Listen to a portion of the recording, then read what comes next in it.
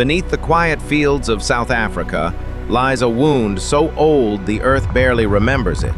But memory is carved in stone. The Vredefort Crater is the largest and oldest known impact site on the planet. Born from a cataclysm 2 billion years ago, when an asteroid collided with Earth, leaving behind a scar 300 kilometers wide. This event predates dinosaurs, trees, even oxygen-rich air, a moment of planetary violence that shaped the future of life. But what if it wasn't just destruction?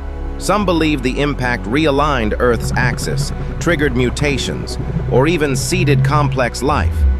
Others say the shape of the crater is no accident, but a message encoded into the crust itself.